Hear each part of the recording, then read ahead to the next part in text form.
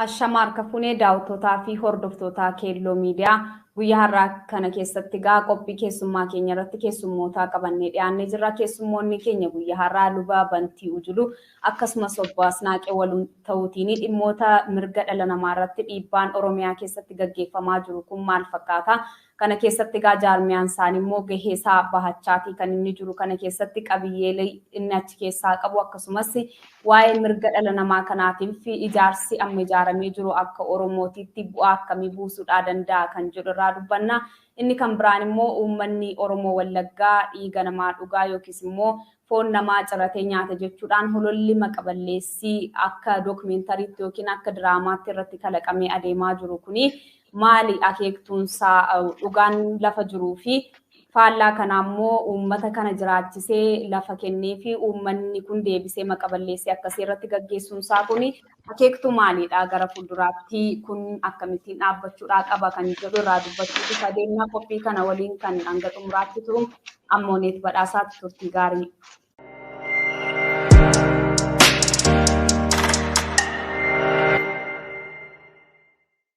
Hayyee jalqaba irratti eeyyamamoo taatanii yeroon keessan hedduu irra jireessaan dhimmoota Oromoo irratti sochii garaagaraa gochaa akkasiin jirtan quba qabna sanirraa yeroo keessan aarsaa gootanii waan dhiyaattanii fi maqaa miidiyaa Keellootiin lammeenuu keessan guddisnee sin galateeffanna. Atillee waaqayyo si eebbisu galatoomii mooneeti waan irratti hojii. Ulfaadhaa isinis galatooma. Tole fayyaataa mee gara jalqabaa irratti luba Bantii irraatiin eegala dhimma yeroo darbe keessatti jaarmiyaan keessan ijaarsa mirga namoomaatii fi gargaarsa Oromoo kan jedhu dhimma mirga dhala namaa irratti yookiis dhiibbaa mirga dhala namaa irratti gaggeeffamaa jiru Oromiyaa keessatti ibsa baastanii turtanii gabaabaadhumatti qabiyyeen ibsa sanaa maali kan jedhu irraati haa eegallu. Baay'ee fayyaa ta'e mooneeti. Egaa ijaarsi mirga namoomaaf gargaarsi Oromoo kuni kan dhaabbate bara 2005 amma waggaa 17 guuteera jechuudha. Sababiin isaas immoo kan inni dhaabbatee fi yeroo sana 2005 yeroo biyya kana keessa jirru namni Awurooppaattis Ameerikaattis ijaarsi Human Rights mirga namaatiif kan falmu Ethiopian Human Rights Commission tokko ture isaan waa'ee Oromoodhaa hin awwaalu hin dhossu turanii keessumaa kolfeetti ijoolleen 300 gaarraan yuunivarsiitii qabanteennaan isaan hin baasanii hin ukkaamsu. Oromiyaa sappoortii giruuppii duwwaa ture biyya alaatti kanaaf barbaachisaadha jenneetu rakkoo Oromoo irra ga'aa jiru dhossaadhumatti miidhamaa jiru sana saba addunyaatti beeksisuudhaaf baafne. Dhaabbate jechuudha Jarmanootaa fi Oromootatti walii galanii dhaabanii 2005 muddee 9 dhaabbanne waggaa 17 deemne jechuudha.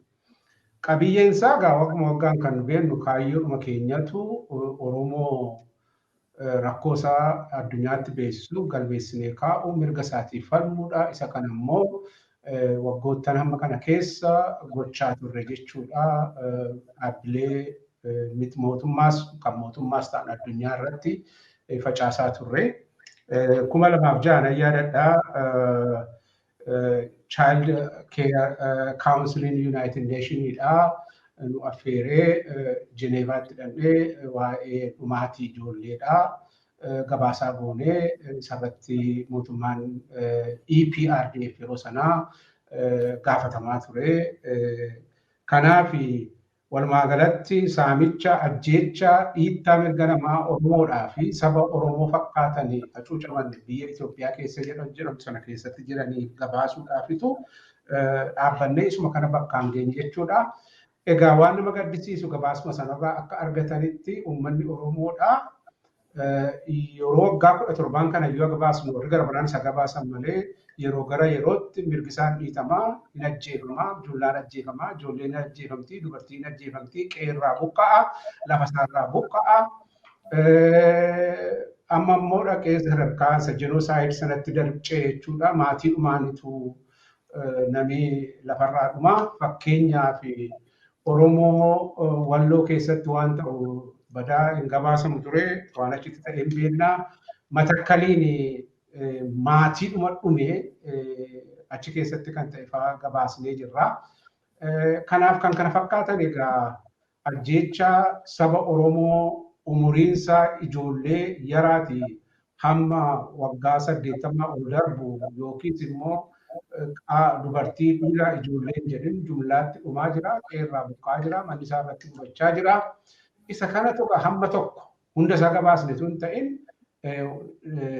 waanuma fakkeenya dhiittaa mirga namaati jedhamu mul'atu keessaa kaafne kan ittiin jalqabne Amaanu'eel Wandimmoo Dambidolloo keessatti uummata walitti qabanii ajjeesanii jalqabne fakkeenyaaf akkuma namni waan alaamaa isaa baruudhaa fi fakkeenya isaa achi warra gadaa abbootii gadaa karrayyuu akkamittiin akka isaan kutan hundumaas gabaasneerra baay'ee gabaase kanuma maal jenna saba miidhame kana afaan taanee dubbachuudhaa fi saboota addunyaatti beeksisuudha galmeessinee kaa'uudha seenama namaatiyyuuti kanumaafitu baafne gabaabaadhumatti mooleeti.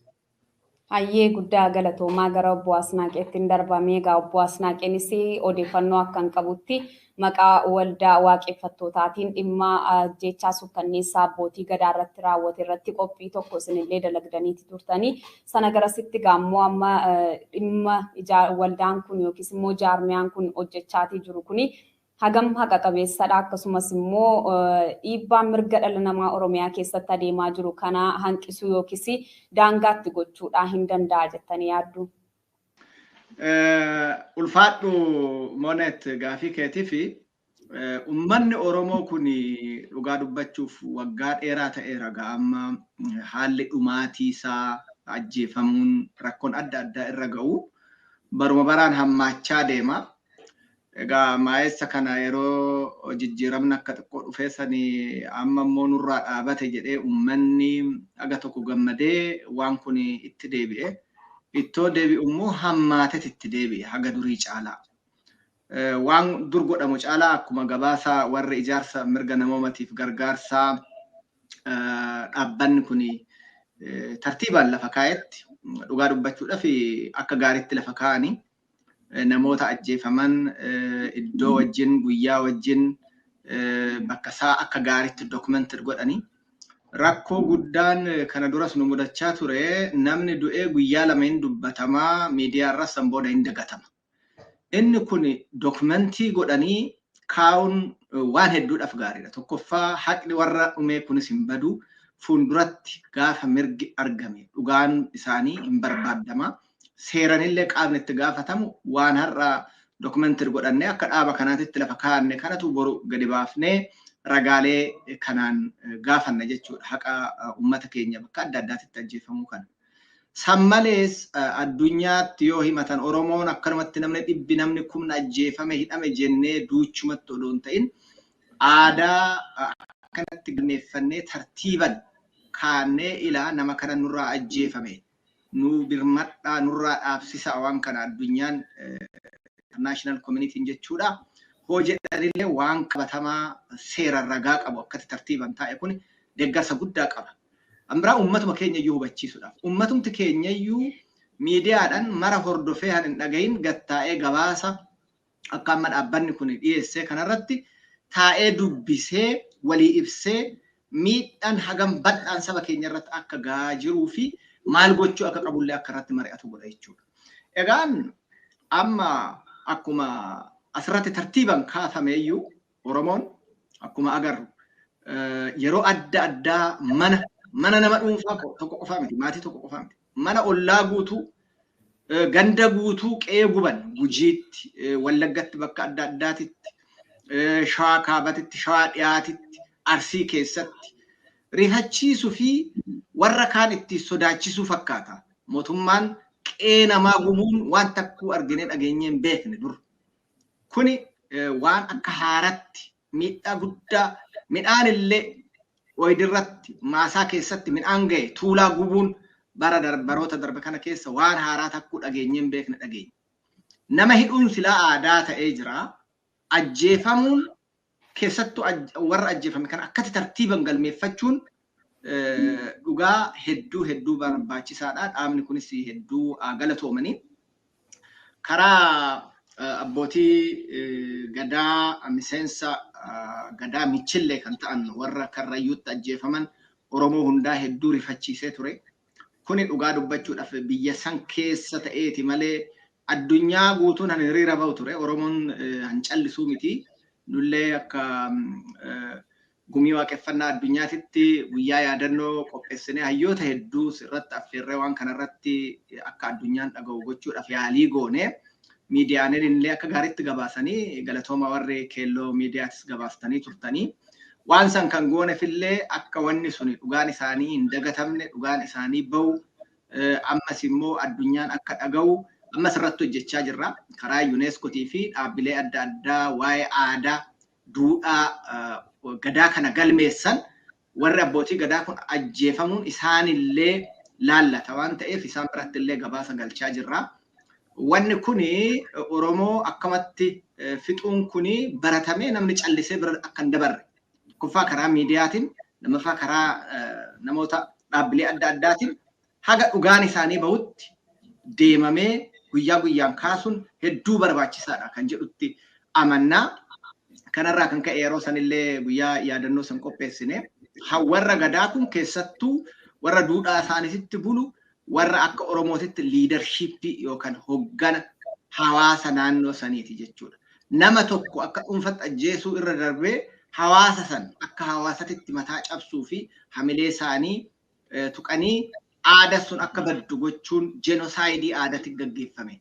Kanarratti warra karrayyuu sanirratti kanaafuu Oromoon ammas callisuun qabu irratti hojjechuu danda'uu qabna. Haasofneetuma dhiisuu qofa odoo hin taane follow up internationally karaa dhaabbilee adda addaatiin hordoffii gochuu qabna jechuudha. Hayyee fayyaataa gara luba bantiittan deebi'amee egaa ibsa kana keessaa osoo fagoo hin deemin immoo akkuma isin ibsa sana baastaniin jaarmiyaan keessan jechuudha. Sana duuba immoo hidhamtoonni siyaasaa hedduutu jira. Egaa hidhamtoota siyaasaa keessaa immoo hoogganoonni adda bilisummaa Oromoo karaa nagaa qabsoo gaggeessina jechuutiin Finfinneetti galanii karaa nagaa qabsoo taasisaa kan turan qabsoo sanarraati immoo yeroo ammaa waajjiraalee isaanii dabalatee hoogganoonni akkasuma haga aanaalee hundumaatti hidhamaniiti kan isaan jiran adda bilisummaa Oromoo dhiyeenya kana immoo Kennasaa Jaalbattee akkasumas Jaallammii Beenyaa fi waayillan isaanii fayyaan isaaniillee haala yaaddoo uumee jiru keessattidha kan argamu jedhamamee jaarmiyaan keessan dhimma kanarraati odeeffannoo qabduu yoo qabaattaniif immoo egereen isaanii yookiis fuuldureen isaanii maal fakkaataa kan jedhurraati yoo dubbattan. Baay'ee fayyaa ta'e gaaffii jabaadha. Gaaffii sabii hundinuu beekuudha. Agartee mootummaan kun namatu jijjiirama jedhee gowwooma malee mootummaadhuma sirna EPRDF jennanii isumatu Tigree duwwaa TPLF keessaa baasan malee waggaa 92 kaasee hamma ammaatti kan bulchu isaanuma OPDO maqaa jijjiirratee takka ODP jedha takka maal jedha waggaa 92 isaanuma keessadha isaanumatu namas fichisiisaa ficaa ture jechuudha. Warri ADP sunis keessa turanii warri kibbaa suni keessa turanii kanaaf paartii arfan keessa baay'ee ammaaf Tigreedha waggaa 3 kana keessa malee TPLF malee jaruma mootummaa sanaa jechuudha. Tokko kun akkuma mootummaatti yoo ilaalte wanti jijjiiramee jiru. Paartii tokkicha bulchaa jechuudha waggaa 30 meeqan kana biyyichi. Gara biraa yoo jijjiiramayyuu ta'e gara gadheetti ka isaatu daramateedhaan abbee gubanyee nama jedhamu kitaaba tokko dura dubbisaa.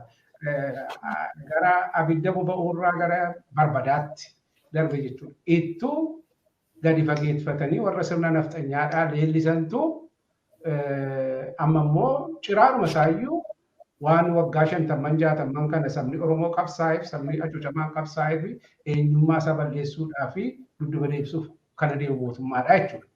Kanaaf mootummaan sirna nafxanyaa immoo durumayyuu afaan nagaa hin beekan isaan. Nagaa hin dubbatu malee nagaa buusuu hin beekanii addi bilisummaa Oromoodhaa kan inni qabsaa'aa turee fi mirga saba Oromoodhaa kabachisiisee Oromoon biyya isaa irratti abbaa biyyaa ta'uudhaa fi isa kanaaf qabsoo hidhannootiif qabsoo siyaasaa gaggeessaa turanii hin beekna hundi keenya keessan deebi'u.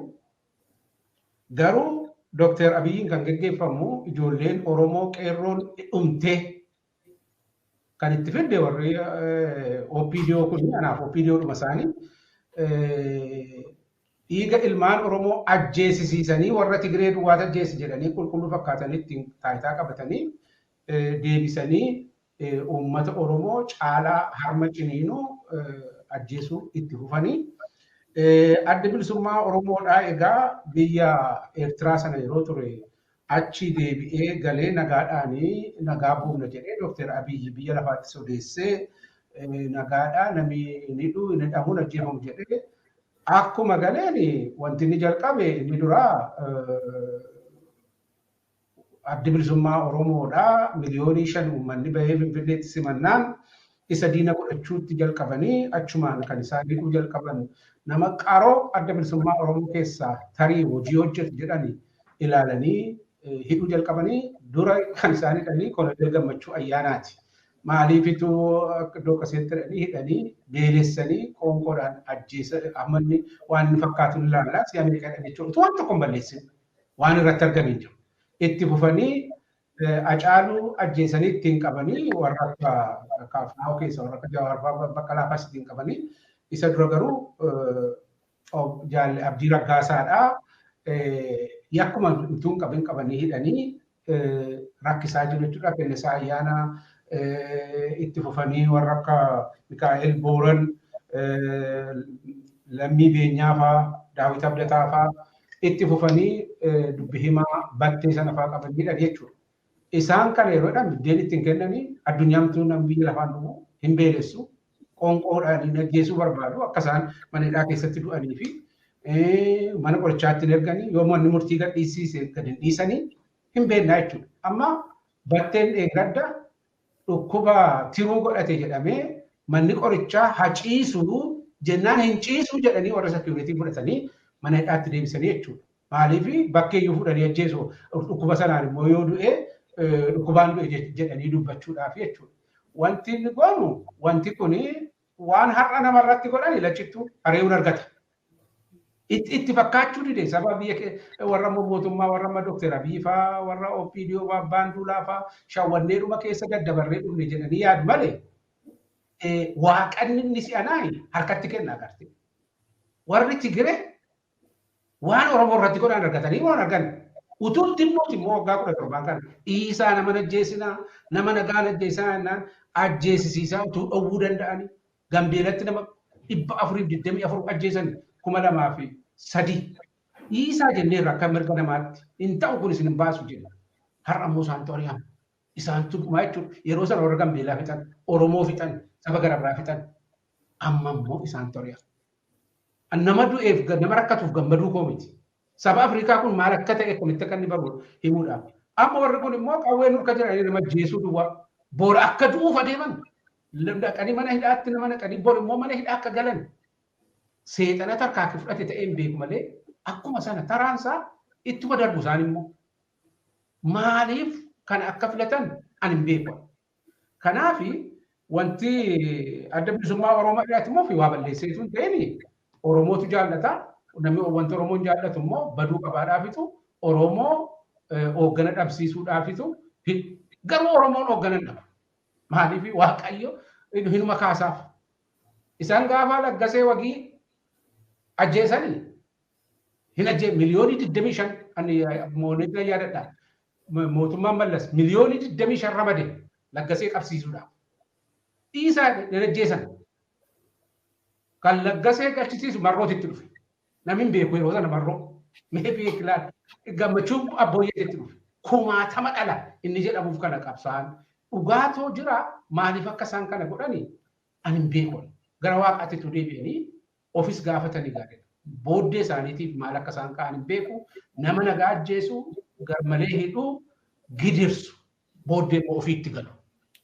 Warri alaa kuni caal jedhanii yeroo ilaalan gaaf tokko isaan qabaniitu isaanuma hammeessu. Isaan maqaaf kanatti kan saba booddee maaliif akka isaan kanatti of kennan hin beeku. Egaa Waaqayyo isaan haa yaadatu warra mana hidhaa jiran sanaa gara isaanii haa goruun jedhaa karaa tokko kanaachi immoo numa gabaasnaa nu duwwaa miti amnistiin hin gabaasaa warra kaanis hin gabaasaa waaqayyottis immoo ni jedha isa hundumaa danda'u kanuman jedha. Hayyee guddaa galatoomaa gara obbo Asnaaqeetti hin deebi'agaa. Mee waama kanaatiin wal qabatee waan yeroo darbee yookiis immoo jaarmiyaaleen yookiin dhaabbileen siyaasaa Oromoo yeroo dheeraadhaaf egaa bakkoota garaagaraatti ennaa caban odeeffannoodhaan odeessaan malee uummanni Oromoo ijaan argee hin beeku. Kan inni arge dhiyeenya kana magaalaa Finfinnee keessatti kan raawwate adda bilisummaa Oromoo irraati. Fottoqnee baaneerra jechuudhaan kanneen bahan faallaa kanaammoo yeroo itti hoogganoonni adda bilisummaa Oromoo bifa kanaatiin gidiraa akka kanaa argan isaan yeroo ammaa uummanni illee akka waan ajjeefamaa hin jirretti mootummaa wajjin wal tumsanii yeroo mootummaa gargaaranii miidiyaalee mootummaa garaagaraa irra taa'anii kaleessa dheengadda biltsiginnaan dhumti kuniyyuu diina Oromootii hin morminaa mormineetu dorgomna jedhanii haga filannoo biyyaalessaa osoo achi keessaan bahin waraqaa garaagaraa innaa isaan barreessanii ibsa miidiyaalee garaagaraa irratti kennan anillee biyya keessa taa'ee hordofaan ture jechuudha. Faallaa sanaa yeroo ammaa kana immoo uummanni Oromoo ajjeefamaa hin jiru. Yeroon kun yeroo gaarii irra akka waan jirutti hoogganoonni adda bilisummaa Oromoo gidiraa akka kanaa yeroo arganis waan tokkollee osoo irraan dubbatiin galagaltoo mootummaa tumsaniitu hojjetaa jiru. Itoophiyaadhuma sana suphuudhaaf waan hojjetaa jiran fakkaata jechuudha. Mee isa kanarratti egaa uummanni Oromoo waan akkasii kan qabatamaatti ijaan kan inni argisa kana waan ta'eef deebii akkamiidha uummanni Oromoo namoota akka kanaatiif kan inni kennuu qabu maaliifin kana kaasee yeroo hoogganoota irraati namni yoo dogoggoru yoo namni maqaa hoogganootaa tuqe akka waan aadaa wayii cabsee yookiin safuu wayii cabseetti kan inni ilaalamu. Barteen kun immoo cabuudhaa akka qabuttidhaan kan hin furadhu. Namni yoo dogoggore kaayyoon sun akka itti fufuudhaa danda'u akka adeemuudhaa danda'u namni hedduu waan irraa hubate natti hin fakkaatu. Mee obbo Asnaaqeessin isa kanarratti uummanni Oromoo deebii akkamii yoo kenne gaariidha? Gaaffii bareedaa kaafte Moonet maaliifii wanni amma ati jette kun dhaaba kana laalchisee waan hedduu Oromoo mataa raasee maaliifi addi bilisummaa Oromoo hangafa dhaabotii Oromooti. Oromoon isuma beekayyu harka irra caalaa dhaaba kana waggaa dheeraadhaa fi biyya bara wayyaaneen baafterraa qabee keessattuu uummanni eegaa 91 dhufee uummataan wal baree maqaasaas kaayyoosaas dhaga'ee uummanni wajjin odoo boo'u biyya keessaa ari'amee san booda dhaaba kana hin agarre. Oromoon baay'eedha sagalee qofa dhagaa karaa miidiyaa. Oromoon dhaaba kana akkuma waaqaa sagadaaf jechuu dandeessa. Akkuma waaqaa akkuma kitaabban irra jiru san waan waaqaa itti amanaa malee hin gaafatinaa akkanumatti duchumatti akkuma jedhu san Oromoon illee abaa'oo waaqa gaditti waaquma godhee fudhate. Gaafiin hin jiraatu waan gaarii hojjetu jedhee amanee kanaaf gaafillee ittiin kaasu. Haa ta'u malee abaa'oo keessatti waan deemaa ture quba qabna nu martuu namni umrii keenya kana jiru hunduu 91 as 98 2000 2003 4 2008 akka faranjiititti waan abaa'oo keessatti jeequmsa dhalate san hundumaa namni Oromoo ta'e hunduu gurraa qaba. Yeroo san Oromoon haguma hedduutti gargar ba'uun dhalatu dallanaa ture. Haguma namni keessaa ba'u dallanaa ture. Oromoon hin aaraa jaarsummaadhaan walitti fiduuf yaala waan hedduu gochaa ture. Egaan amma bara 2018 kan abaa'oon gaafa Asmaraadhaa galu Asmaraadhaa galee Finfinnee qubatu waan amma ati tartiiban keessa kun yoo dhalatu warri kun biyya alaallee warri tule dhaaba xixiqqoo mataa ofii ijaarratanii ODF dhaaba adda addaa ijaarratanii warri garanis abaa'oo lakkoofsa adda addaa ijaarratanii abaa'oo tokkoome jedhanii biraanchii adda addaa ijaarratee walli gares abaa'uma immoo Asmaraadhaa galee Shanee Gumii keessi warri tures walitti dhufanii Finfinneetti kun martuu taa'ee Oromoo walitti koottatii mari'adhaa. Dhaaba kana tokko godhaa nu abaa'oo kana tokkuma beeknaa jedhee hawwiisaa kara maanguddoo kara miidiyaa maanguddoon ijoolleen qeerroon watwaachaa turanii yaadadhaan Finfinnee yeroon dhufee kanarratti namoonni gurguddoon maanguddoo gurguddoon Oromoon qabu hayyuun Oromoon qabu dhaaba abaa'oo kana walitti deebisu ammas dhaabotii biraatinis walitti fiduudhaaf yaalii adda addaa gochaa turan.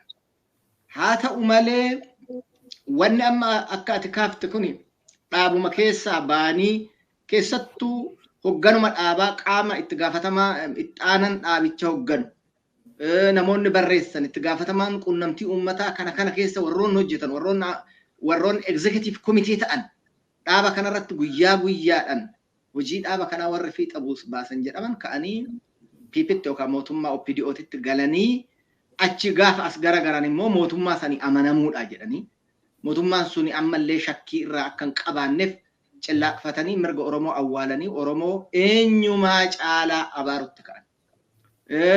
Maanguddoonni abaa'oo warri hundeessan kuni maqaa isaanillee dhaa'uun barbaachisaa miti uummanni hin beekaa. Gadi baanii mirga Oromootirratti cillaaqfatanii faallaa saba Oromoo waggaa 30 waggaa 40 50 waan ofii labsaa turan faallaa Oromoo mirga isaa faallaa haasa'an. Ija Oromoo keessa ija garagaranii achi asitti falman.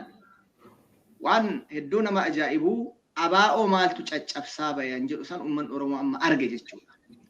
Maali abaa'oon maaliif biyya ambaa'oo taa'u bakka 4 5 10 itti fottoqe addaan maa harcaa bayan jedhu argitee akkuma ririmaa keessa taa'ee maaltu nyaachaa ture dhaaba kanaan jedhu uummanni Oromoo amma ijaan arge hubate.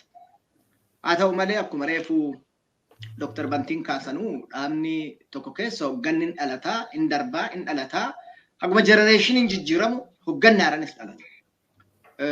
Yeroo ammaa kana akkuma ibidda argitee sibiila ibidda gattee keessarraa waan xuriisaa harcaaftee sibiila qulqulluu ishii tumtee meeshaa godhattu san namoonni hidhamanii qoraafamaa jiran kun namoota dhaaba kana keessatti maallaqa nyaannu uummata keenya hin gannu jedhani jechuudha. Kun amma ifattu an argamu kun.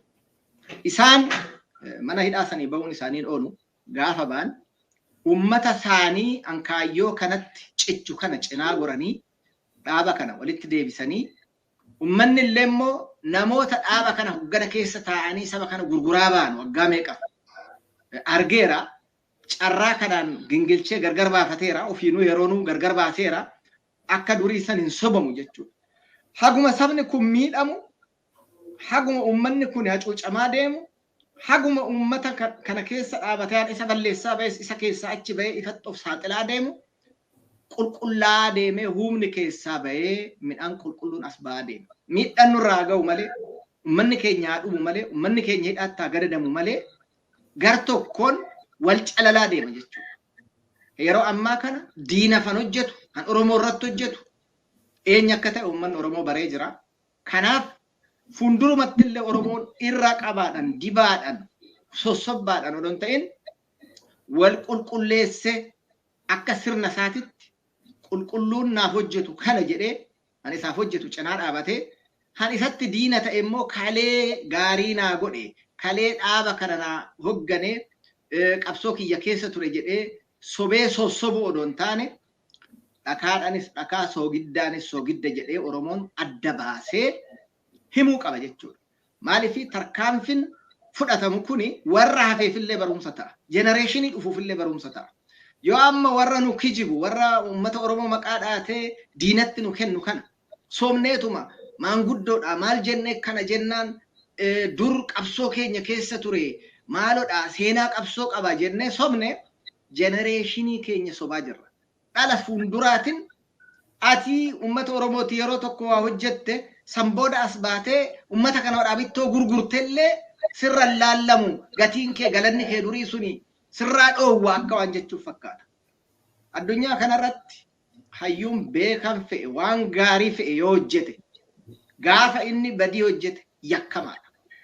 Har'a PP keessa warri taa'u warri OPDO duriitillee PP har'aa kunillee maaf uummata keenya hidda buqqisuudhaaf akkanatti hojjetaa jiran hoonaan jettan yakkamtoota waan ta'aniif waggaa 30 ol uummata keenya fixaa waan turaniif biyyi sun nagaa taate uummanni Oromoo nama isaaf ta'u gaafa filate yakka kanaan nu gaafata sodaa jedhu waan qabaniif cillaaqfatanii haga jiran yakkuma kanarratti yakka hojjechaatti fufuu barbaadan. Kana uummanni Oromoo ijoollee isaa wajjin dhaabbatee isa dhumaaf ofirraa buqqisuu qaba. Hani hoggantoota abaa'oo keessa akka ririmaa taa'anii bara dheeraadhaaf dhaaba kanallee bulleessanii nyaatanii fixanii har'a keessaa ifatti bahee uummanni Oromoo isaan bare kanallee umman Oromoo of keessaa saaxilee baasee ifa gochuu qaba. Malee adabaa fi sobaan irra qabuun wal bira darbuun hin barbaachisu. Boruufillee balleessan jedhaan. Hayyee guddaa galatoomaa gara mata duree keenya salamootatti ce'uudhaa fi mee viidiyoo tokko isin dhaggeeffachiisee kanarratti yaada kennitaniitutti ceena jechuudha. እዚህ ጫካ አሉ እነሱ ደግሞ ዘወር ብለው አማራን ይጨርሱ ሲል በዚህ በጆሮዬ ሰምቻለሁ። ማን ነው ግዳጅ የሚሰጣቸው?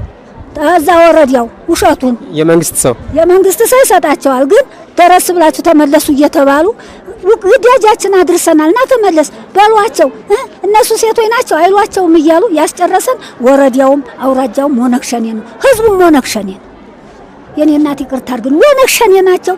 የአማራ ልጅ አርደው ንብረታችንን ዘርፈው አሁን ዛሬ ታረቁ ግቡ ብትሉን ምን ይዘን ነው የምንገባው? ምን ጉልበት አለንና ነው? እና የኔ እናት እንደዛ አርገው አማራን እንደ እንጨት አንዲት ባልቴት እንደ ስጋ ገለው እንደ ትርትል አርገው አጥሩ ላይ ሰቀሏት።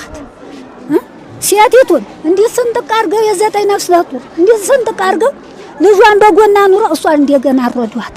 ደሙን ሰዎቹን ዋማኩሳይ ላይ ሰዎቹን እርድ ያርገው ደሙን እንዲህ አንቆርቁረው እንዲህ አርገው ተጠጣ አርገው አሉ ደም የሚጠጡታል። በደም ወደ ሆዳቸው ያስገቡታል፣ ይጠጡታል።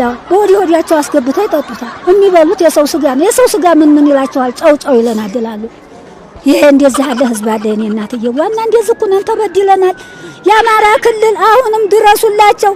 ባኖ ላይ ታፍነዋል፣ በባኮ ላይ ታፍነዋል፣ በጉት ላይ ታፍነዋል። ልጆቻችን እንዲያጥር ቁመናል እያሉ ነው። አሁንም የአማራ ክልል ሰው ይድረስላቸው ለልጆቻችን። የኔ አሁን 3 ልጅ ትናንሽ ወይ ልጅ እዛ ትናንትና ማታ ደውላ እናቴ ጦለት አድርጊልኝ ታፍኛለሁ ልሞን ነው እያለ ጉትም ከተማ ነው ያለችው። ኧረ ለአማራ ድረሱ ልጆች፣ ኧረ አማራን አዲኑ፣ እኛንም አዲኑን። እኛም አዲኑን እዚህ እየበላን እየጠጣን ነው። እና ይቅርታ አድርግልኝ እናትዬ፣ እንደዚህ ነው። አዲስ አበባ ላይ ራሱ ወነጎይ ናቸው ቢያቸኛ ጣይሉናል። እዛ ሲያውን እንዴት አገራችን ነው እንዴት አደራችሁ ስላቸው ደሞ ይስተያት መጣይ አገራችን ደሞ መጣይ እንደኛ እኮ አዲስ አበባ ክልላችን አዲስ አበባ አገራችን ነው እያሉ አሁን አዲስ አበባ ሸሽተን የመጣ ነው በእነሱ ምክንያት ነው፣ በሽመልስ አብዲሳ ምክንያት ነው። ሽመልስ አብዲሳ ይባላል። ምንም የአማራ ልጅ አሁላ ታርዶ ያሁላ ንብረት ጠፍቶ ዶሮ አልተፈናቀለችብኝም ማለት በኋላ ዋማኩሳይ ተቃጠለ ሰው ተቃጠለ ብለን ስናመለክት አንተ እንደዚህ አሉሳ ብሎ ለወረዳው ሲደውል አዎ ትክክል ነው ተቃጥለዋል ሙተዋል ግን እኔ እያስጠበቅኩ ነው ብሎ ቃል ሰጠ። የመጣው ሸሽቼ ነው እንግዲህ ታርጄ ነው የታረድኩት። ሰኔ 15 ቀን ነው ታረድኩት። ይሄው ማጅራቴ ላይ ነው የታረድኩት። ይሄው እዚህም ደግሞ ኦፕሬሽን ነኝ። እዚህ ስር ማየት ትችላላችሁ። ይሄው 2 ቦታ ነው እንዲያው ይሄን በርግጫ ነው የመታኝ። ከዚህ ደሙ ተቀጥቶ ነው ተውስጤ ሞቼ ነበር። ከሞቴ ዳንኩት። ወረዳው ጅባት ይባላል፣ ቀበሌው ጋሞ ጅባት ነው። እንደዛ ነው። መጀመሪያ ሲገባ ብር አምጣ ላይ ብር የለኝም እኔ ምንም የለኛ አልያዝኩም ስለው 10,000 ብር ወይፈን ሸጬ ነበረ። እሷን ሰጠኋቸው ለነፍሴ ብዬ ይተውኛል ብዬ። ከዛ ክላሽ አምጣ ላይ ባክ ገበሬ ነኝ እኔ የ6 ልጆች አባት ነኝ ምንም የለኝም ይሄን እና ያዝኩት ማርያምን ስለው ጊዜ ማርያም ምንድነው አለና ከዛም በኋላ በሰደፍ መታኝ። በሰደፉ ሲመቱኝ ይሄን ማጅራቴን ሲመቱኝ ሰደፉ ተሰበረ። ሰደፉ ሲሰበርበት እንደገና በመጥረቢያ ዛቢያ መታኝ። ሞትኩበት። ስሞትበት ዞሮ ቦሮቹን አየና ተመልሰው እንደገና አብዬ ብድግ አልኩ። ነፍሴን ዘርቼ ብድግ ስል እንደገና መጨረሻ ላይ በገዛ ቆንጭራይ በጎራዴ ነው ያረዱኝ እና እንደዛ ነው። Egaa akkuma dhaggeeffattan baay'ee nama kolfisiisa jechuun du'eeraa jedhee egaa du'ee deebisee akka keedha kan inni nafsi zaricheen tanasaawut mochee nabbar jedha. Gaazexeessitootni gaafatan irraati yoo ilaaltaniitu ta'ee dhiiga isaanii dhugaa jiru jechuudha garaa galfatanii akkas godhanii jedhaniitu yaada kennaafidha. Uummaticha akkuma akkas jedhaniif illee karaa qabsiisaa akka isaan dubbatan kan hubatamudha. Mee waan kanarraati lubarraan eegaram mee maal kanarraa maal hubattanii waan isaan amma haasa'an kanarraati uummanni lixa Oromiyaa kuni egaa keessumatti iyyuu isin immoo naannoo isinitti dhalattanii guddattan sana keessatti sabni kuni inuma jiraata lafti kennamee fi iddoo isaan qonnaallee qotanii bal'inaan irra jiraatantu jira waan ta'eef mee kana egaa akkamittiin ilaaltan isa jedhu duraa duubaan irraati dubbattu. Baay'ee fayyaa ta'e mooneeti. Utuma leemmoo sobanii akkatti sobanii baruun leemmoo baay'ee barbaachisaadha gartee xinnoo bilchaachuu barbaachisa akkasuma. Du'een ka'eedha morm naqalanii na ajjeesanidha akkuma jettee garallee haaduun sun murmurallee immoo gaazexeessaan sun garagalchee narsiisu. Namni immoo du'aa ka'uusaa egaa nu warra lubootaatu barsiisa. Akka kanatti natti hin fakkaatu du'aa ka'anii garuu jarri kun waa beeku jettee miti waan itti himan jedhu waan ta'eef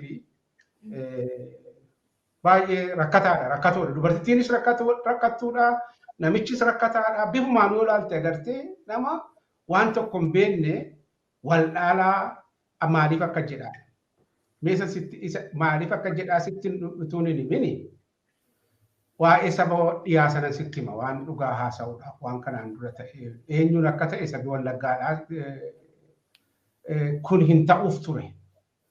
Garuu warri harma haadhaa hodhanii ciniinuu beekanii kanumarraa eeddaa isaan kanatu warra finxaaleeyyii yookiis immoo warra sirna nafxanyaa leellisanii warruma amaaraa sanaaf waan rayyaanne warra garaa isaanii duwwaaf yaadan taayitaa isaanii yaadantu akka jedhaa jedhee horiis itti kennee waan illee godhee saba akkasii kana dubbachiisa.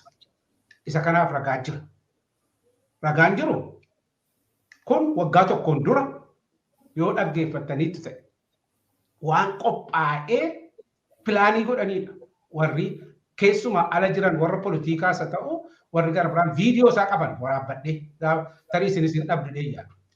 Fakkeenyaaf warra akka Daawit Shaalaqaa Daawit Walde Goorgis bara Mangistuudhaa nama fixaa kan ture. Amaaraaf waan tokko kan hin hojjenne irratti garuu kan hojjete. Amaaras Oromoos saba gara biraas kan ajjeeseetu waan inni haasa'u ture. Waan oduu sobaa seenaa irra kan hin dhaabbanne haasa'a ture. Kan inni jedhu Wallagga kan Oromoo miti irraa fudhatamuu qaba biyyi Wallaggaa sun lafisaa sun irraa fudhatamuu qaba Wallaggaa Oromoo miti iyyuu jedhee haasa'a. Isa kanaaf jedha warri gara biraan qophaa'anii taa'anii irratti haasa'an. Wanti ta'uu qabu warra Amaaraa Wallagga keessa jiru jedhanii tokko immoo kan viidiyoo gara biraa dhandhee isaanii rukunnee ajjeefnee akkan aaru gochuu qabnaa fuunee gallee diraamaa hojjennaa jedhanii waggaa tokkoon dura kan isaan haasa'an viidiyoon jira qaban. Maal jechuudha gaa pilaanii godhanii ittuma yaadaniitu Wallagga akka lafa Wallaggaa sanarraa fudhachuudhaaf falli jiru kunoo Amaarri hiyyeessi mee yaadu waggaa dheeraa jalqabee Wallagga keessa nyaatee nagammadee sooromee iyyuu jiraatu du'u qaba jechuudha isaan tajjiisa. Rukutuu qabnaa jedhanii kan jiran viidiyoo jira. Pilaanii sanaa jechuutu hojiirra oolchuutti jalqabanii jechuudha. Malee sabi Wallaggaa kun isaaf hin malu. Atis hin beektamoonee atis illee ijoolleedha. Mee isinitti hima waan dhugaan isinitti hima. Anfilloo lafa jedhamu aanaa tokko jira. Walal buntii wanniidha. Yaa'anii dhufaniitu achi buna kana kota'anii bishaan waraabanii warri Amaara ofiin jedhan kun yookiis immoo Goojjamii ba'anii iddoo gara biraa dhufanii achi jiraatanii sooromanii mana guddaa makiinaa guddaa kan godhatan magaalota dhiyaa Wallaggaa keessa hundumaa kan jiru saba Amaaraati. Ofiin jedhanidha. Amaara isa ta'anii isaan hin beeknu garuu Goojjamii fi Gondorii keessumaa warra dhufanidha. Isaan kun achitti jiraatanii eenyuun gararraa sabachaa gararraa sooromanii warra jiraatanidha. Kun dur umurii kootiin dur warra ijoollee isaanii mana barumsaa keenyatti kan wajjin barreedhaan siin jechuu kooti. Nuu ol jiraatu malee nuu gadi hin jiraanne isaan. Nus immoo itti ni naafifne tasumayyuu akkuma namaatti ilaalla. Akkas Wallaggaan jechuun. Gara biraa bara alluba ta'ee hojjetu bara 1984 beelli hamaan biyya keenya rukute yaadattu. Walloo keessaa kaaba kanaa gadi guuranii warra fidanii Wallagga keessa iddoo hundumaa dhaqan. Bakkeetti fidanii qexoo keessatti gad dhangalaasan. Gaafa isaan gad dhangalaasanii namni dhume boo'eetu namni Wallaggaa. Namni guyya guyyaadhaan beelaan dhumanii jechuudha. Mangistuu kana godha yeroo sana safaraa fidaa. Itti yaanee manatti ijaaramee ijoollee isaanii abbaaf haadhi kan irraa dhuman an yeroo sana waldaa kiristiyaanaa keessaan hojjedha waan ta'eef har'a dhagaanii ijoollee warra gubbaa dhufanii warri isaanii irraa qeexoo keessatti dhuman ijoollee 35 ijoollee amaaraa waggaa baay'een guddise nyaachise daarekteera ta'e jechuudha hammannee jechuudha. Dhimma irraan qabu sabii Wallaggaa siin jechuuf hin jedha. Ijoolleen an guddise sun abbaa kooti naan jedhu hojii argatanii yoo deemu dhugumaan immoo akkuma abbaa isaaniittiin isaa ilaalan. Ijoollee kana biddeen laannee guddinu. Sabi sun immoo midhaan itti guure. Isaan immoo hin sooroman. Mana citaa bukkee Ayisuuzuu dhaabbataniitu sooromanii guddatanii jiraatan. Sabi Wallaggaa dhimma isaanii qabu. Isaan agartee kan isheen jettu shaneenuu nan beeku sabicha takka na godha jettiin dubartittiin.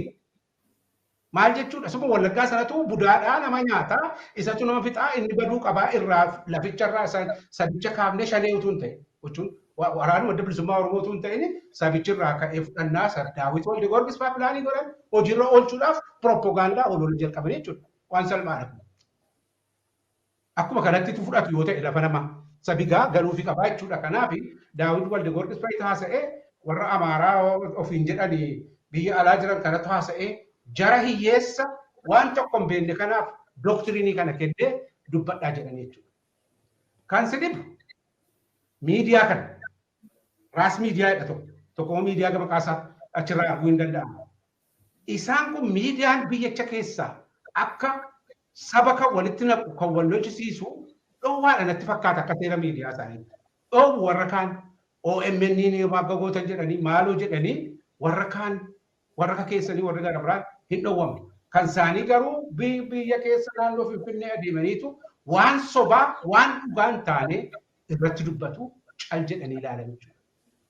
Garuu kan seenaan isaan gaafatu kan isaan wallaalan warra mootummaa Oromiyaa ofiin jedhanidha. Kan ilaal kan kasisamaa jiru mootummaa Oromiyaa Shimallis Abdiisaa fa'iin. Shimallis Abdiisaa fa'aa warra finxaaleeyyii Amaaraa Wallaggaan fichisiisaa jirantu isaantu kana godhee waradaa astadaadaarii isaanii kana godhe shanee iyyuu mitii warra Wallaggaatiif jettee dubartittiin sun jara akka jedhu. Maal jechuudha? Shimallisii fi maaloo faan iyyuu warri mootummaa Oromiyaa harka keessan qabamtanii hidhamtu si yakkamtoota jechuutti jiru jechuudha. Meeseejii isaan dabarsaa jiran. Shimallis faan kana beekumoo hin beekan? Ani isaaniif hin dhiisa. Gartee warra Oromiyaa bakka buunee jirra isaaniin kasasu jechuudha. Diraamaa hojjetantu jira jechuudha.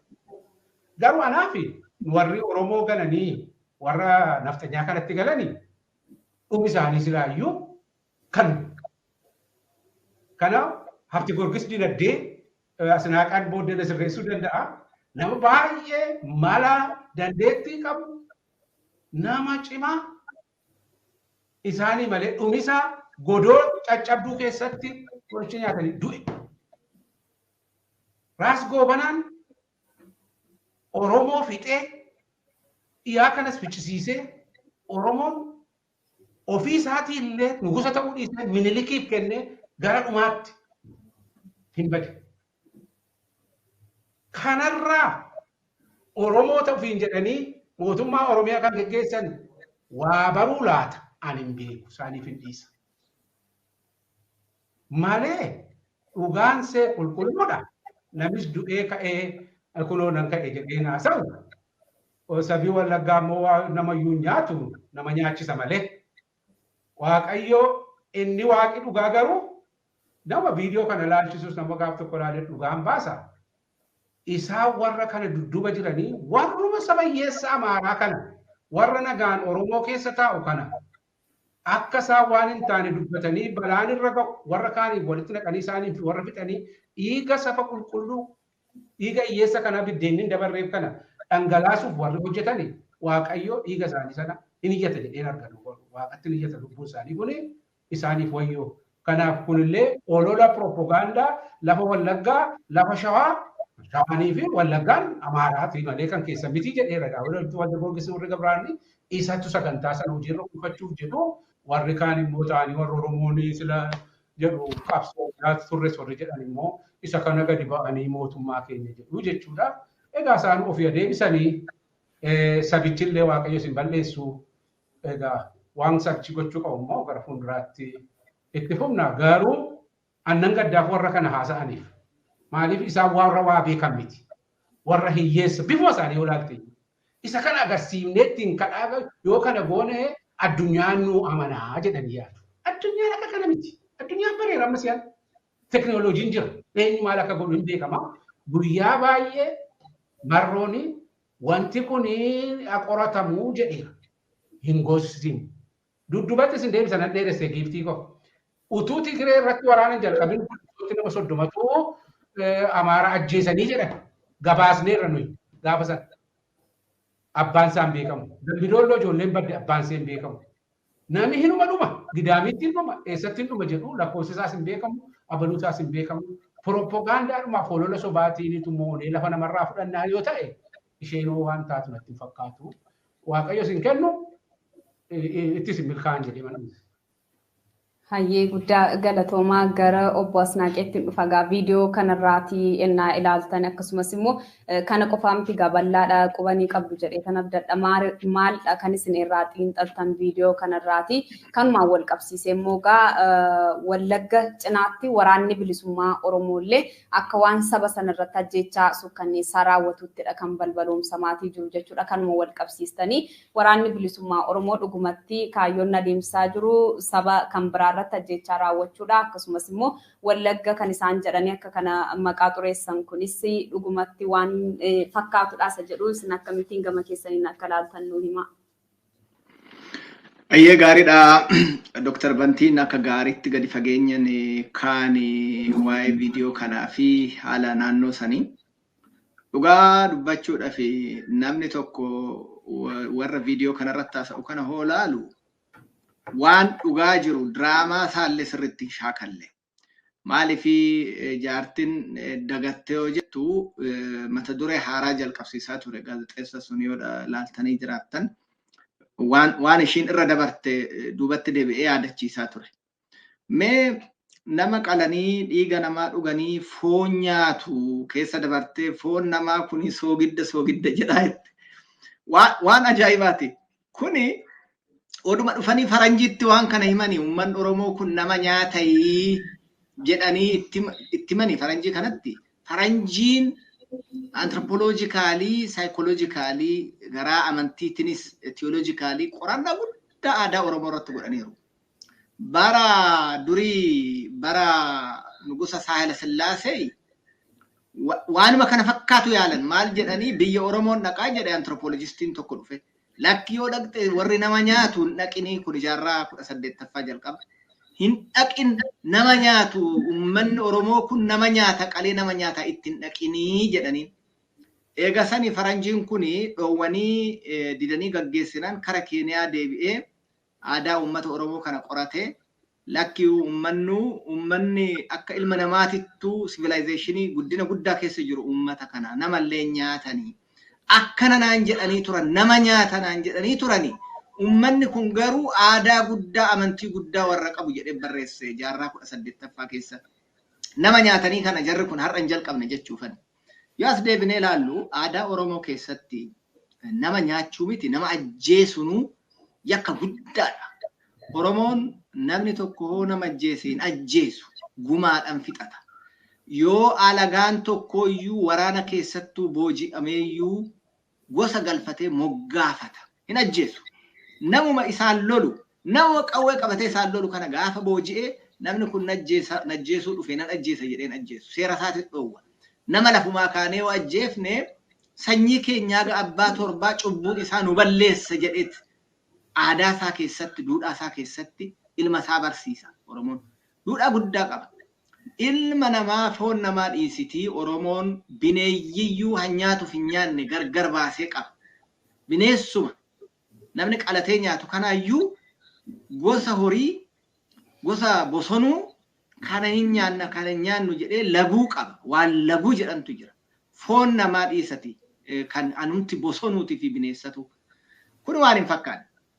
Karaa biraatiin maqaa balleessiin godhamu kun akkuma reef Dr. Bantiin kaa'anii hambara dheeraadhaatti qophaa'ani. Namaaf hinnaan isin ajaa'iba. Amma warra hiyyeeyyii maanguddoota jaartii baadiyyaa keessaa kana isaan hinnaan akka isaan dhumanii garuu gatii kanaan daldala siyaasaa hojjetachuu barbaadan. Amma waan isaan miidiyaan kun ba'ee ololu kun akka uummanni sun rukutamu waan godhu. Akka uummanni kun sabni gosaan Amaaraa naannoo Oromoo keessa jiru akka ajjeefamu kan godhu waan isaan godhaa jiran. Miidiyaan kun odoo biyya seerri jiraatu ta'e silaa seeraan gaafatama ture. Waan sobaa sabaaf saba walitti buusu, sabaaf saba wal ficcisiisu. Han isaan dhiyeessan kun silaa isaan gaafachiisa ture.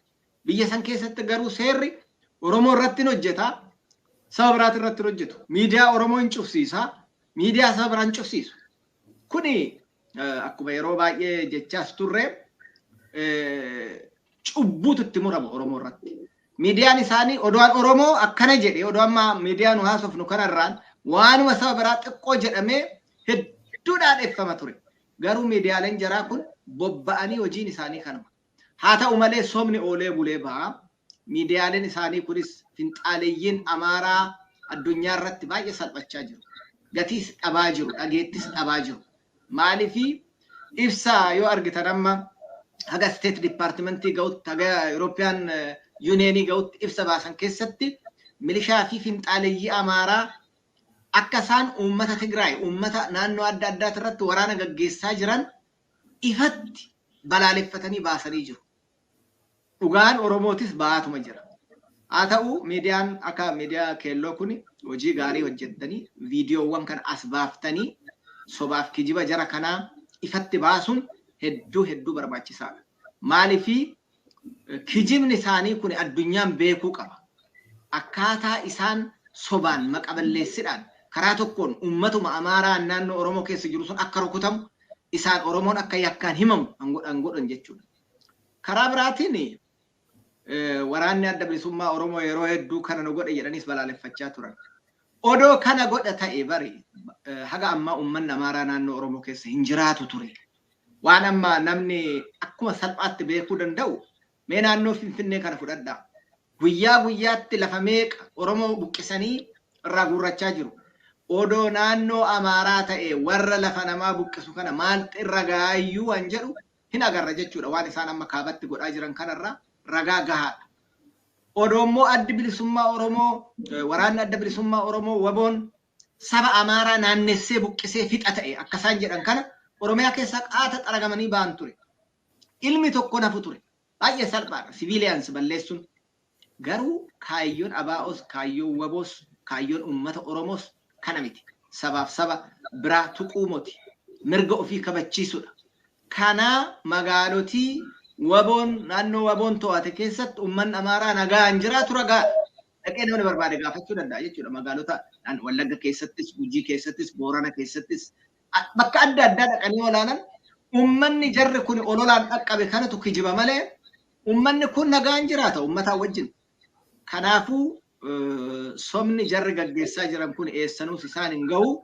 Garuu Oromoon callisee bira darbuun qabu akka gaariitti addunyaa hubachiisuu qaba waan isaan bolola isaan gaggeessaa jiran kana an jedhu itti dabaluu barbaade.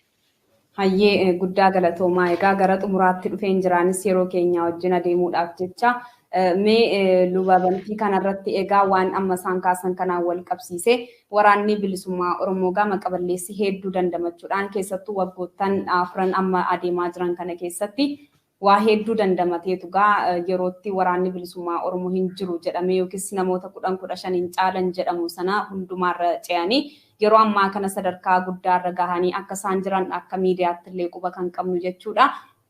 Dhimma ajjechaa kanaatiin maqaballeessi waraana bilisummaa Oromoo irrattis gaggeeffamu akkasumas immoo uummata kana adda qoodanii inni gama sanaati akkasitiin nama nyaatu dhiiga namaa dhuguu akka kanaatti jedhamee maqaballeessi adeemaa jiru kana uummanni Oromoo biyya alaa jiraatu kuni bifa kamiitiin irratti hojjechuudhaa qaba maqaballeessiin kun akka dhaabbatuuf maalla kan isaan gochuudhaa qaban jettanii ilaaltu. Baay'ee fayyaa ta'ee gabaabsuu yaala. Asnaaqeen jedhetti yoo yeroo qabaatte wanti tokko isin dabalu addi bilisummaa waraanni bilisummaa Oromoodhaa naamusa qaba. Naamusa qabaachuuf ragaa tokkoon itti dabala. agartee waggaa 40 gararraadha naannoo Wallaggaa sana kan waraanni bilisummaa Oromoo socho'aa ture. Yeroo sana sabii addaa kun hin jiru. Keessumaa kan 90 yeroo waraanni bilisummaa Oromoodhaa baqachaa yookiis immoo addi bilisummaa Oromoo chaarterii keessaa bahe sana waan naannoo qellem Wallaggaa ta'e tokko sitti maaltu ta'e rakkoon isaan uumanii waraanni bilisummaa Oromoodhaa yeroo deemu warra EPRDF kana kan agarsiiftuu ta'anii duukaa deemanii warra safaraa dhufan sana keessaa namoonni maqaan beekamu warra yeroo naannoo Wallootti warra Amaaraa kuni maqaa maamu kan beekan nama lamatti ture Mollaadhaaf Korraa kan jedhaman tokko. Isaan kuni waraanni bilisummaa Oromoo karaa kana baadha. Isaan biyya keessa turan waan ta'eef agarsiisu turan. Waraanni bilisummaa Oromoo warra ajajoonni yeroo sana kottaadhaan inni kan tokko mandala warra Walloo kana gumnaa jennaan hin gumnu. Warra Walloo jechuun egaa warrumaa safaraa dhufe sanaadha. Isaan tunu agarsiisan lakkii seenaan isaan gaafatu ajaja waraanaa bira dabarse. Utuu gubuu danda'a jechuudha. Hin godhan isaan kana. Isaan hin gargaaru asirratti sana ajjeesuun maal godhaaf.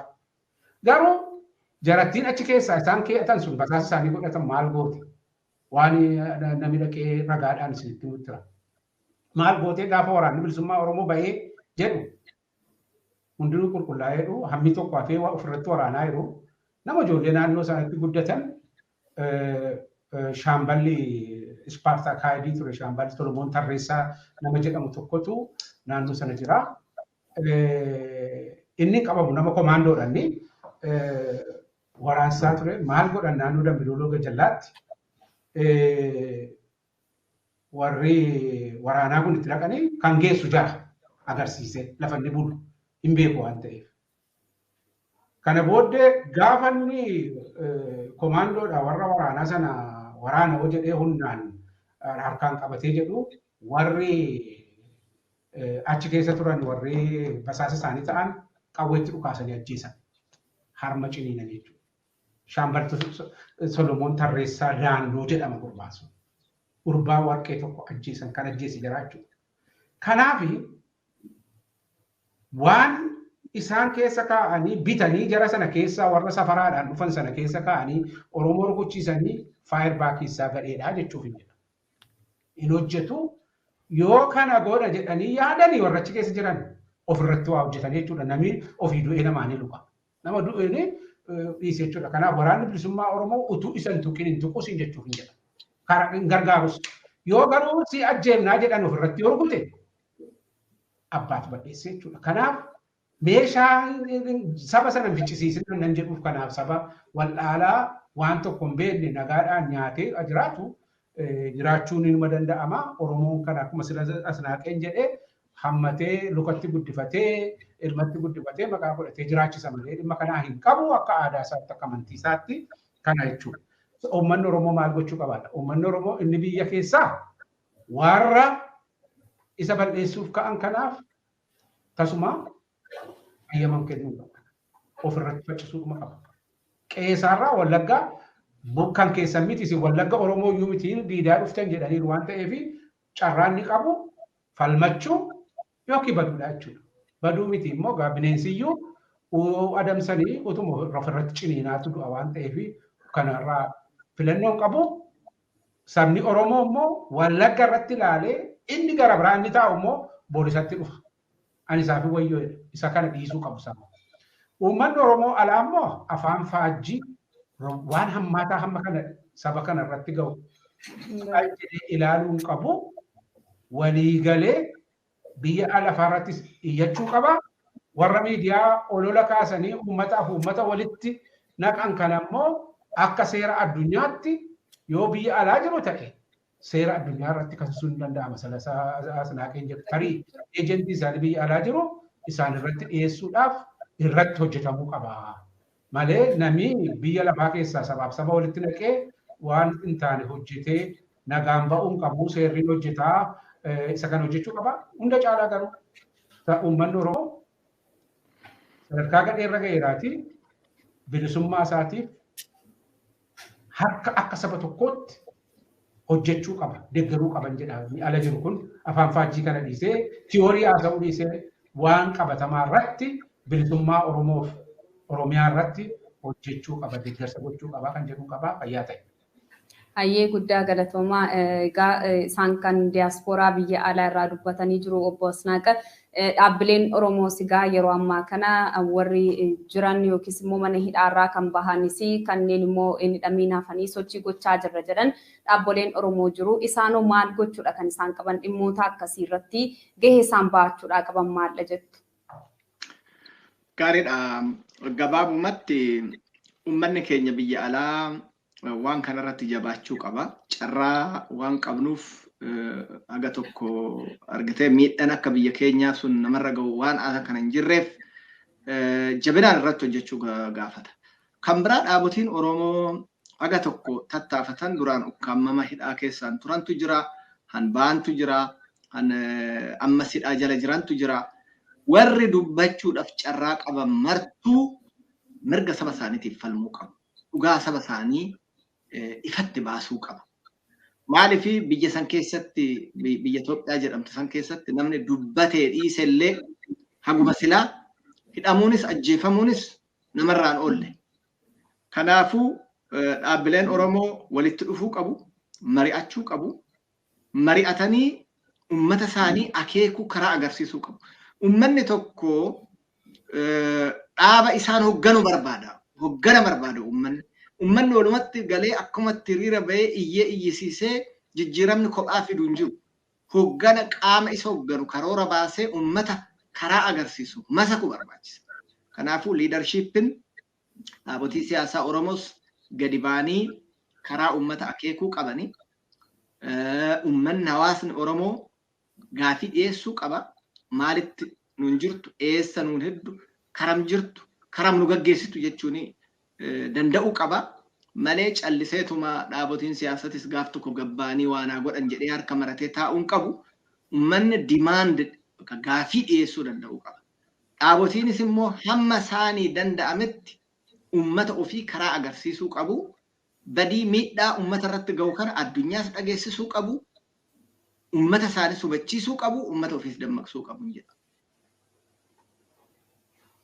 Hayyee guddaa galatoomaa gaa xumura irratti yaadni biraa yookiis immoo dhaamsa yoo qabaattaniif carraanis ni kenna. Luba Dooktar Bantii akkasumas immoo obbo Asnaaqeen dhaamsa waliigalaa yoo qabaattaniif carraadhumaanis ni kenna. Baay'ee yaada gabaabduun qaba. Tokko mootummaa Dooktar Abiyyiin hoogganamu Shimallis Abdiisaatiin hoogganamu saba Oromoo irratti miidhaan dabisobaan irratti hammaachaa deema bara keessan. Kun karaa lama sin gaafachiisa. Irraa dhaabaa saba kanarraa waggaa 3 afran kana waraana irratti gaggeessanii Wallagga irratti maqaa meeqasitti kennisiistanii warra diinaa sana warra sila lafa Wallaggaan dhaalla lafa Oromoon dhaalla jedhu sana Walloo irrattis Gujii irrattis eessattis hojjetamaa jira. Waraana takkaan taanetu ta'aa jira. Karaa seeraa sin gaafachiisa. Dhaaba sabatti araarama. Yoo diddan wanti nu gaafatu hin jiru yoo jettan ilaalaa warra isiniin hoogganaa turan warra gooftolii isinii turan sana. Isaanuu waaqatu kaase. Isin miti. Waaqayyo gaafachii gararraa namatti dhufu. Daanyaansa loltuunsa karaa isin arganne isinitti dhufa. Harkaa ba'uu dandeessan. Kanaaf isa gara badiisaa irraa deebi'a. Gara nagaatti deebi'a. Saba nagaa waliin fichisiisina. Amaaraaf Oromoodha jettanii gargar hirtanii ofii biddeen nyaachuudha jettanii kana hin godhina. Kun cubbuudha. Waaqatu isin gaafata. Dhiiga ilmaan qulqulluudha hin dhangalaasisisina. Dhowwuu dandeessu dhaabaa irraa nagaatti deebi'aan jedha tokko. Sabni Amaaraa biyya Oromoo keessa jirtu hin beekta. Eenyu akkasiif wajjin si nyaachisee jiru. Waan hammina warri ala taa'an kun isin gorsan cubbuu ofii isaaniitti isin ajjeesanii abaluutu ajjeese kana cubbuudha.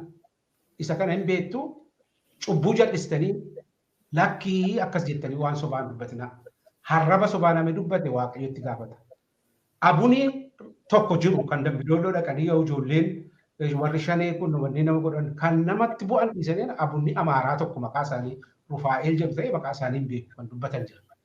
Namatti hin bu'an jedhanii dhugaa dubbatan akkas godha namichi sun nama amaaraati. Abunni ortodoksii sunii jechuu kooti. Dabbidolloo dhaqee lakkii shaneen natti hin buune jedhee dhugaa dubbate. Namni dhugaa dubbate waaqa birattis lafarrattis gaarii isaaf ta'a. Namni soba dubbate seexanatti isa fudhatee bada. Kanaaf sarara deebi'aan jedha warra achi keessa jiran. Warri Oromoo diina keessaniif fira keessan adda baafadhaa ilaalaa. Nama caal jettanii nama qulqulluutti hin bu'ina. Nama isin immoo qe'ee keessan irraa isin buqqisu immoo caal jettanii hin ilaalina. Kan waaqayyoon isinii kadhanne kan caalaa waan godhu hin beeku. Warri ala jirtan lakkii gara nagaatti deebi'aa qalbii horadhaa. Nu iddoo gaarii jiraattanii waan gaarii nyaattanii saba hiyyeessa Afrikaan akka ittuu biyya si ol ta'eera hin balleessisiisna yaadaanis gara nagaatti saba deebisaa. Namni hundinuu mirga inni qabu akka eegamu godha. Waaqayyo isin haa eebbisu. Waaqayyo nu haa gargaaru. Nagaa isaaniif hawwisu. Fayyaa ta'a. Hayyee gama keessanii yaadni jira? Yaada dabalataan qabu lakki bal'aa sofne nu ga'a. Tole hayyee guddaa galatoomaa daawwattootaa fi hordoftoota Keelloo Miidiyaa guyyaa har'aa kana egaa keessummoota qabannee dhiyaanne waliin dhimmoota dhiibbaa yookiis immoo dhiittaa mirga namoomaa Oromiyaa keessatti adeemaa jiru jaarmiyaan isaanii ibsa garaagaraa baasuun sochii gurguddaa taasisaa kan jiru sanarratti irraa dubbanne akkasuma uummanni lixa Oromiyaa Wallagga keessa jiraatu kuni uummata ofitti madaqsee namoota jiraachisee deebisee mootiin arrabsamaa jiru kun dhugaadhaa yookiis immoo dhugummaa isaa garasitti maaliif wanti kun akeekamee irratti dubbatama kan jiru irraa dubbachaati kan turre kana gammaatti qophiilee Keelloo Afaan waliin turtii gaarii.